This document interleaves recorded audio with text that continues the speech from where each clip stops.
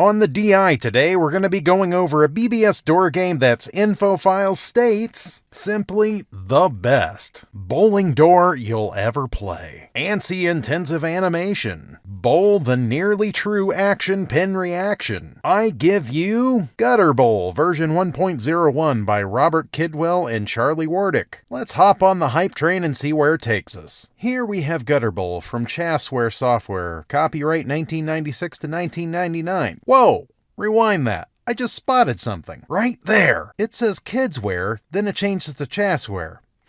Glitch in the program or an Easter egg? Anyways, here's the setup screen. You can select many options for the game, like turning on or off the funny comments the software makes to the bowler every time they throw the ball. And here is the option which allows you to select which style of pins you want in the game. You have a choice of the O or the inverted explanation point. So this is my first kudos for the game, programming it to use the inverted explanation character on the screen to make it look like a real bowling pin. Gutterbowl has a nice looking menu, and the game screen looks like all your needs are right here on one screen. You use the number pad 4 and 6 to move the ball left or right, and the spacebar to start the curve control. Or if you've enabled the option for straight shot bowling, you can press the 5 on the number pad to roll the ball straight. Once you set your starting position, you hit the spacebar to start your hook control. It starts from left to straight to right, and you press the spacebar to stop the curve where you want it. The only thing is, you only get one chance to do this. Once you hit the spacebar, it does not repeat the power level of the curve meter. And if it makes it all the way to the right, it will roll the ball with a massive right curve. Since I normally bowl with my left hand, the right curve was a much better option.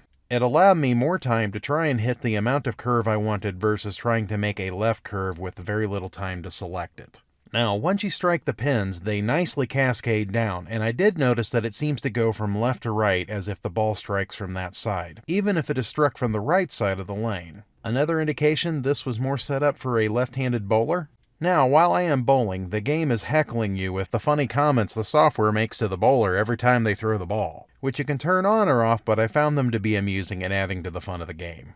I continue to poorly play this game of bowling, which resembles how badly I bowl in real life, so I think this game is as good as it gets for me. Let's move on to the likes and dislikes. 1. Positive. Starting position. It's fully selectable. 2. Positive. Hook control, but it only gives you one chance to hit it. 3. Positive. Excellent graphics. The programmers did a great job. 4. Positive. Animated action. This game adds quite a bit to its gameplay. And my final verdict is 5 of 5 stars. Gutterbowl has a lot going for it. There is a more real bowling experience in this BBS door game than others that I've played. I would line up a shot and keep the hook and the ball position nearly the same, and I would not get the same result each time, which means there is more skill involved to play this game. The door game would have kept my interest up for some time since there was much more to work with in this game, and I would love to have played it a lot. A great job to ChasWare for making such a great BBS door game. I applaud you. It seems the hype train wasn't a derailment this time, and I am glad for it. Many of these games have been lost and forgotten, and I truly am humbled by the many great comments I have seen on my videos.